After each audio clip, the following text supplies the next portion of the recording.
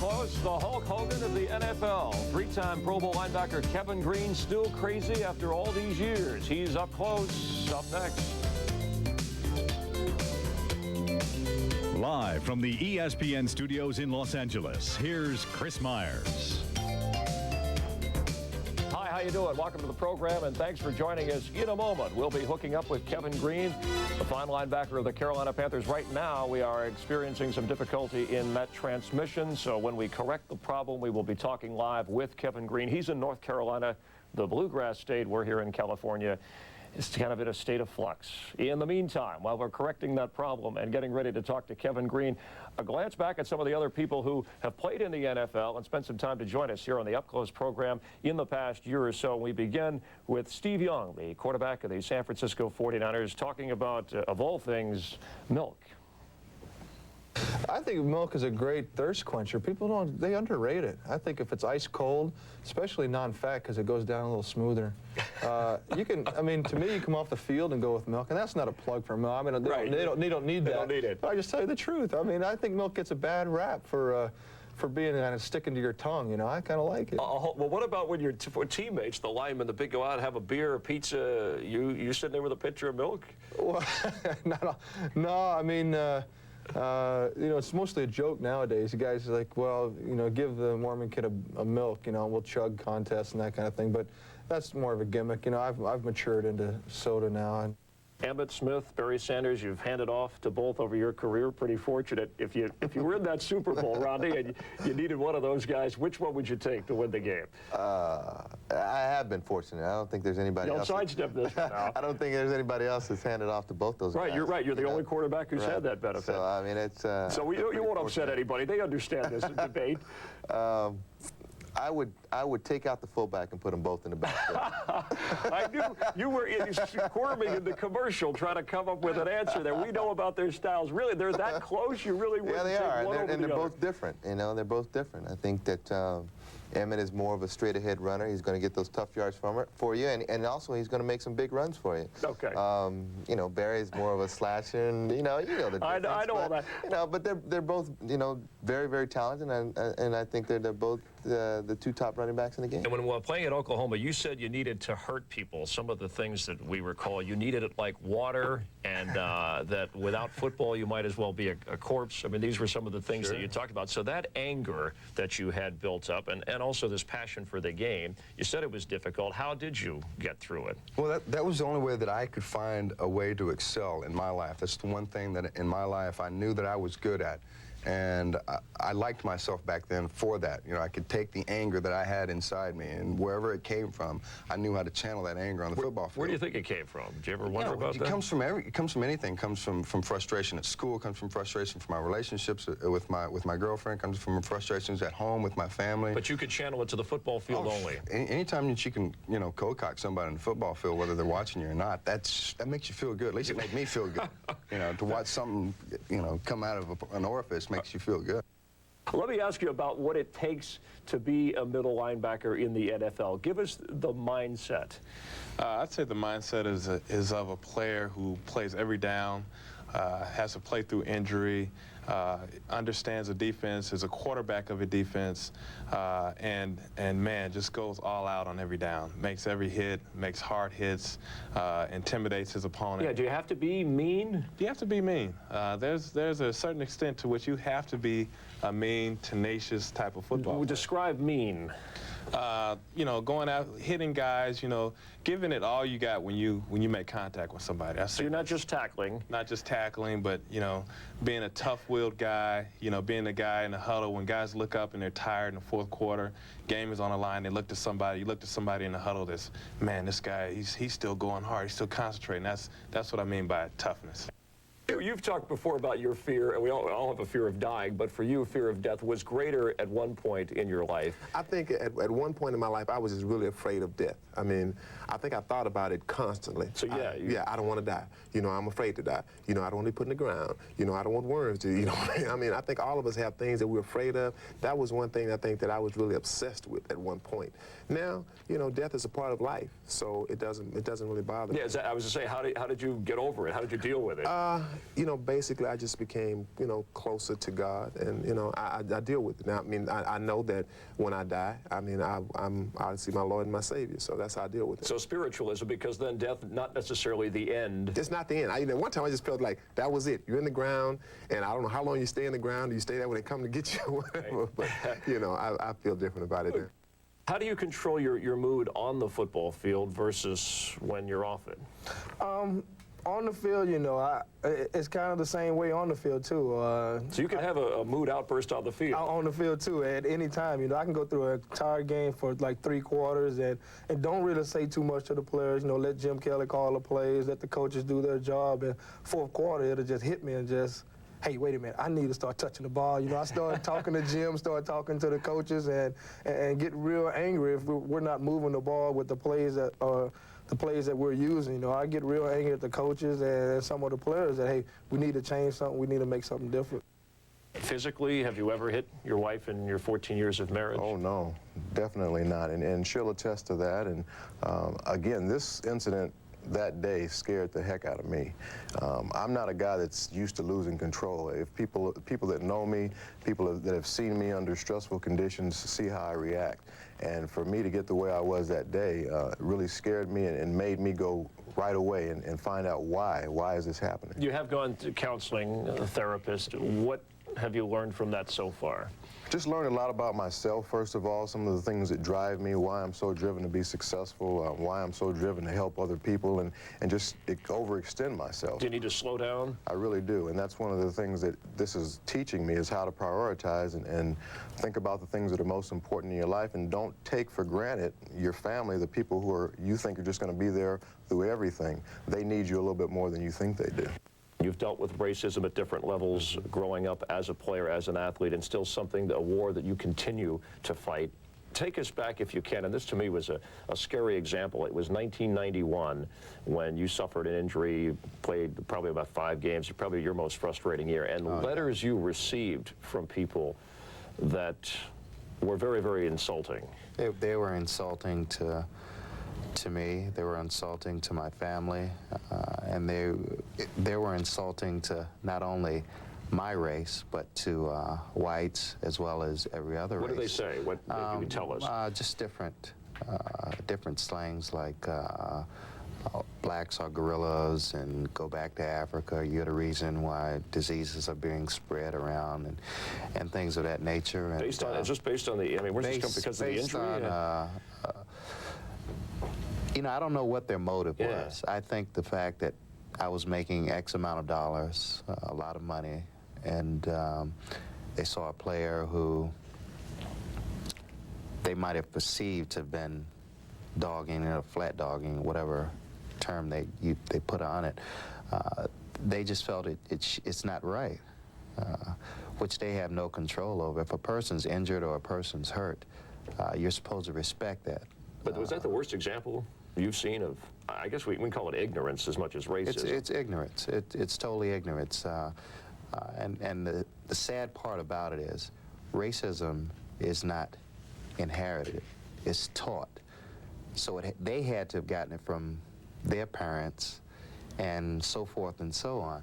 And that's the sad part about it. We thank Bruce Smith, having a tremendous season, and all those guests who have joined us in the last year or so to talk NFL, among other things, here on Up Close. All right, Houston may have a problem. We have a picture. Kevin Green is hooked up with us from North Carolina. We'll talk to the former Steeler linebacker when Up Close continues. We'll kick around everything from wrestling to life in the military and, of course, playing linebacker in the NFL. Up Close live from Los Angeles in a moment. Up Close is brought to you by Office Depot. Taking care of companies of every size, everywhere, every day.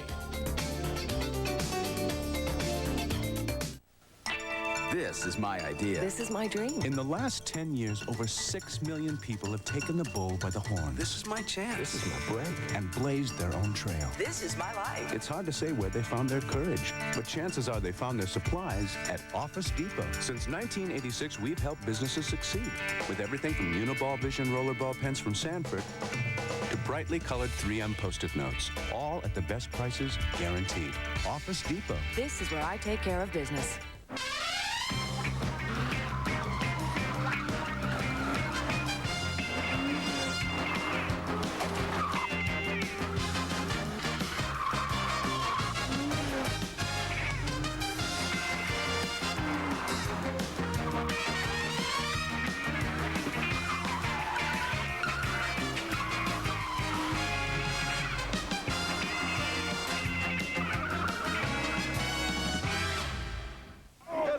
gentlemen, tomorrow, your butts are mine. Lights out.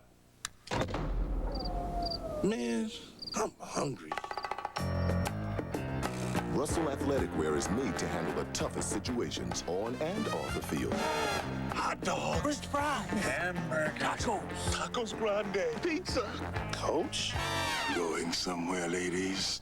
Hard work. Dedication, commitment. Get Russell Athletic. Get tough. Get up there, large butt. Go, go. He's too weak to talk. I'll try a long-lasting Duracell battery.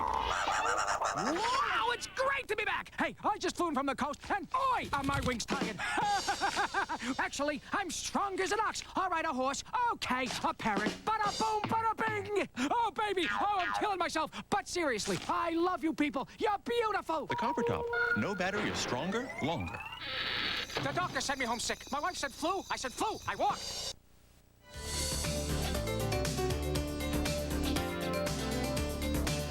I lied to you. You ever have one of those days where you think everything's going to go okay and it just doesn't? Well, this is one of those days. And so we do have a picture with Kevin Green, the linebacker from North Carolina. But, you know, we didn't have the audio. And so to do television the proper way, you have to hear it and you have to see it. And see, we can see Kevin, and he's getting angry, too. In fact, he's a little more upset than I am because he had big plans this afternoon, and he's just hanging out waiting for us to correct the audio problem. I know Halloween is a few weeks away, but a little trick-or-treat action going on here. So what we're going to do is Dick Butkus was on the program recently, the Hall of Fame linebacker who played 9 years in the NFL with the Chicago Bears. We're going to run a segment of that show until we can correct the audio problem. By the time we do this, Kevin might just have time to say, hey, hi, it was nice seeing you, and then he's got to get ready for Sunday's game. But we'll have him on another time if we don't have enough time to talk with Kevin Green. I don't know if I'll be on another time the way this is going. But anyway, here's Dick Butkus, who retired in, and I kid because I'm angry, in 1973. He retired from the NFL. He had some injuries that forced him out, and I talked to him about what he's doing now. Well, right after 73, 74, I had a little, I thought I was going to go into coaching, actually, and fortunately the Bears thought otherwise, and from there I did a little bit of radio and did some things like that with football. Just about 2 years ago, maybe, is actually the first time I've been away from the game. I've always been in some sort of broadcasting or whatever, and now I'm fooling around with a little football show on the internet. So all but last year, since 73, I've always done something with football. Yeah, and always when people think of football and defense, they do think of Dick Butkus. Still, players talk about, oh, they do. Don't try to downplay this because you really, players talk about being in fear when they lined up against you. What made you so intimidating? Well, just I thought that was the way that, you know, the game should be played. And, you know, if you go back to high school, there were, you know, the good players around and everything else, but there are always some guys that can be maybe intimidated. But when you got to college, well, heck, everybody's going to be like me, and it's going to be tough to intimidate anybody in college, but also there were people there you can intimidate. And then when you finally get to the pros, you figure, well, this is the ultimate. Everybody's going to be tough up here. And surprisingly enough, there weren't as many tough people as I thought there'd be, and that was just the way I played the game, the way I felt it should be played, and then give you an edge. Yeah, the press and everybody else starts with all this business, and so okay. So how do you intimidate? How did you? Well, I think, you know, after you hit somebody, you don't help them up. And talk about and hold hands and pray afterwards. I do that on Sundays. I don't have to, you know, do it out there in the field. Just things like that. See, football's a violent game, and I don't understand how you can turn it on and off if, you know, we're buddies or whatever, or went to the same college, but we're on two different teams now. It's a different story. 60 Minutes, you know, we're not friends anymore. Because now this is the pros. You're doing this. This is your career and everything else. So I'm not going to help you up and nice going and all that business.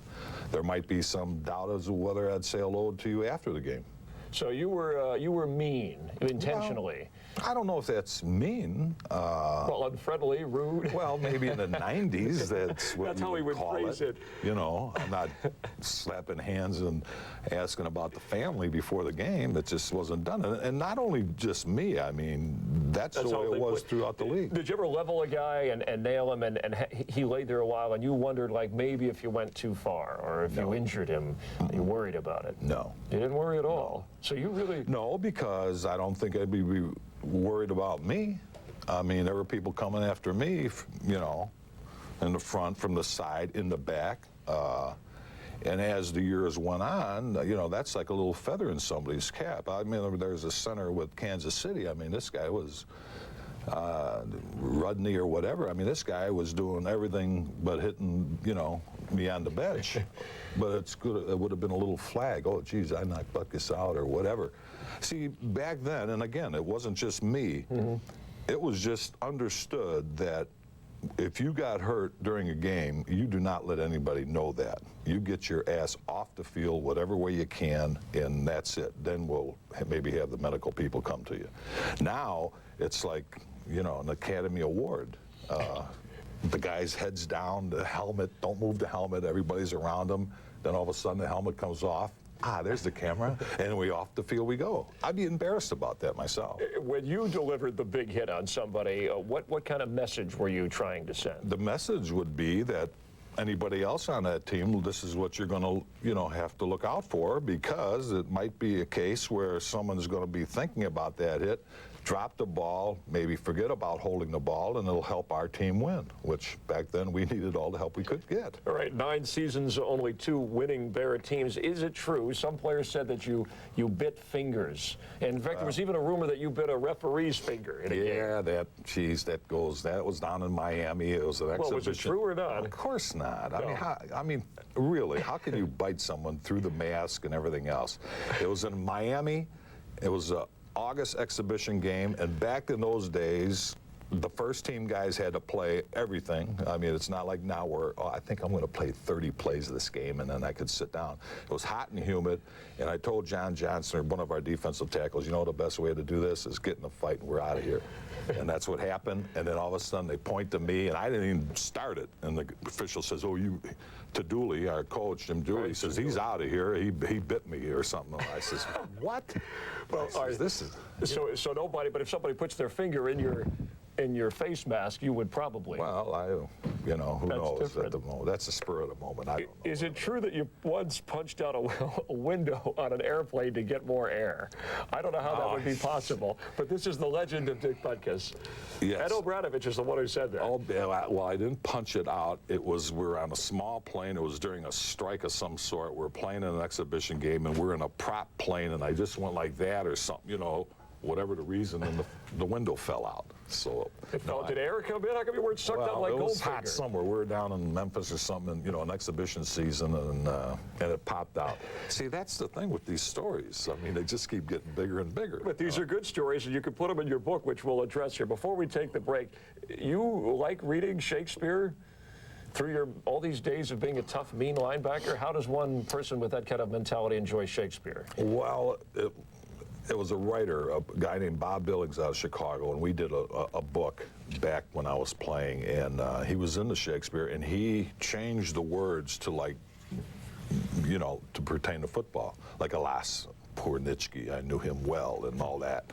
And so when we recorded it, it was at somewhere, some professor, University of Chicago or whatever theater, and I think actually is trying to educate me, you know. But do you have a favorite Shakespeare quote? Just alas, poor Nitschke. We thank Dick Butkus for helping us out here. And by the way, he is working on a book, and love his commercial with Terry Bradshaw. All right, we'll be back in a moment here on Up Close to talk with Kevin Green of the Carolina Panthers. We have audio, we have a picture. Kevin, you all right? You can't hear me yet. Oh, he's still, oh my goodness. Hang in here. You don't know what's going to happen next. We'll be back in a minute.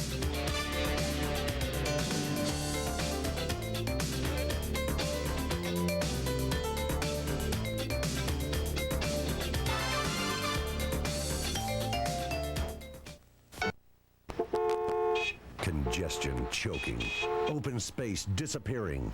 Is this how your families will remember East Brunswick? Or will it be this? Bill Neary and his team know what East Brunswick should be. As mayor, he'll strengthen our neighborhoods, stop the deals with developers, preserve open space for future generations. Bill Neary, Ed Brotman, Don Klemp. For our families, for our neighborhoods, for East Brunswick. Hi guys, what are you doing? We're building modern cars and my car's better. No, my car's better. Bruce and Gary Coleman loved cars when they were kids and then turned their love of cars into a career. Coleman Oldsmobile Jeep Eagle Subaru. The fall season is a time for change, and Coleman Old Special Fall Sale is just what you need to get revved up for the new season. So stop by and say hi to Bruce and Gary. My car's better. No, my car is better. The Coleman Brothers and Coleman Oldsmobile Jeep Eagle Subaru, where family values mean a great deal. They're on their way to the World Series. Everyone loves a comeback, and these guys came back from the bottom. It's like I remember putting the gun to my head. Doc and Straw, their amazing story, Turning Point, tonight on ABC. Coming up on SportsCenter, the Cardinals and Braves final fight to go to the series. The Chiefs try to close the gap in the AFC West. And has Sir Charles' dream of glory finally ended in Houston? Join the gang on SportsCenter, 6:30 Eastern.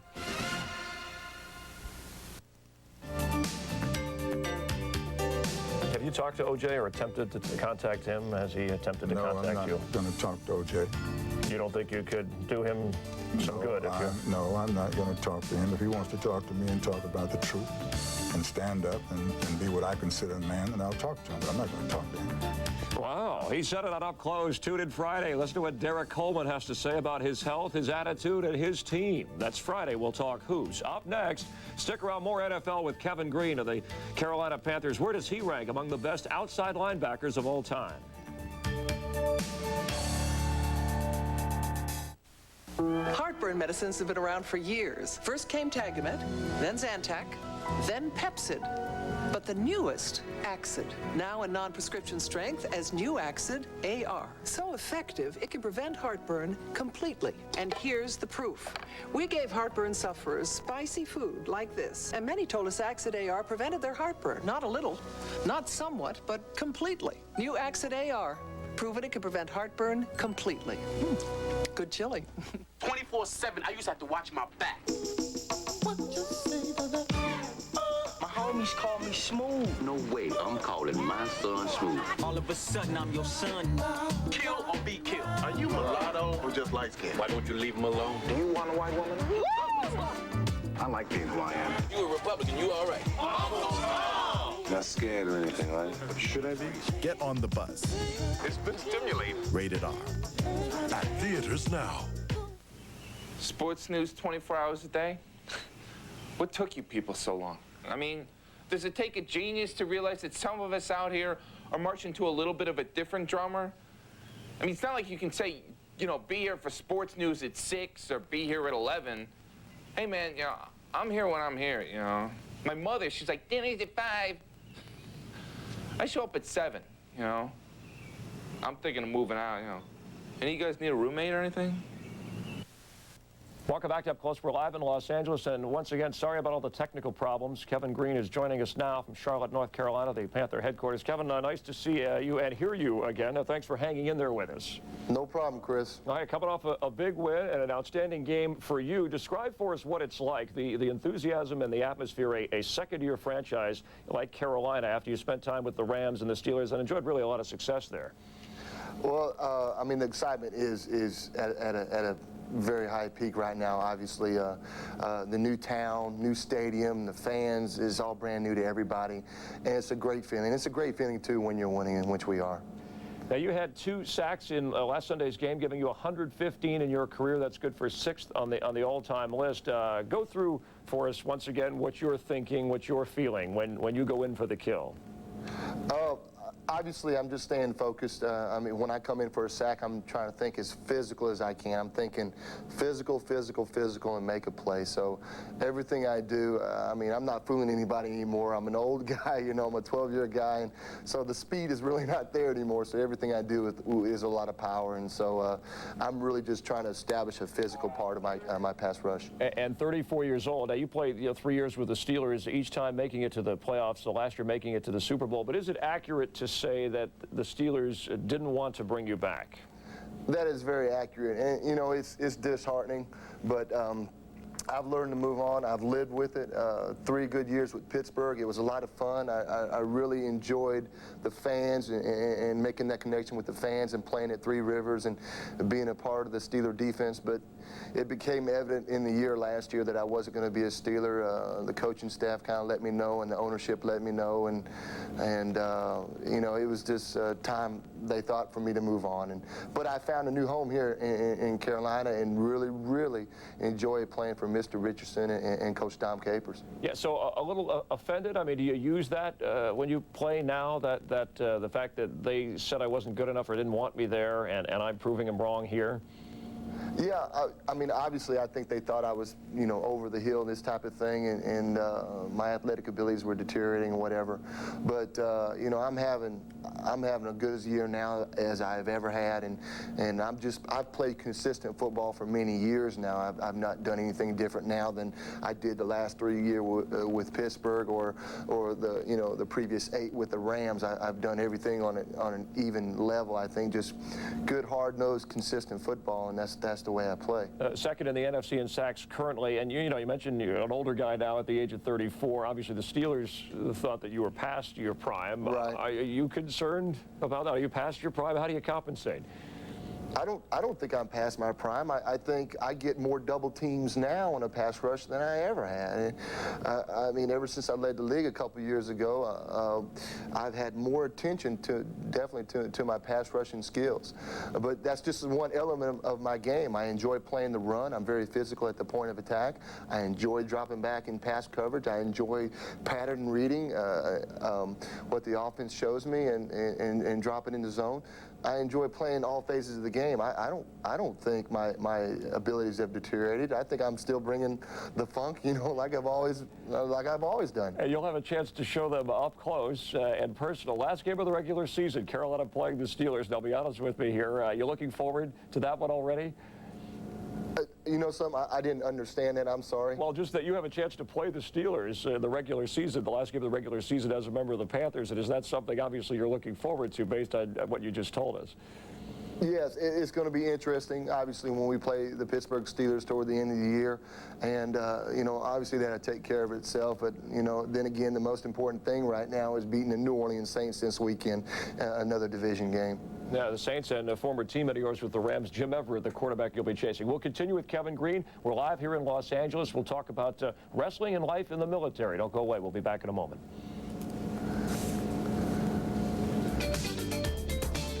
All right.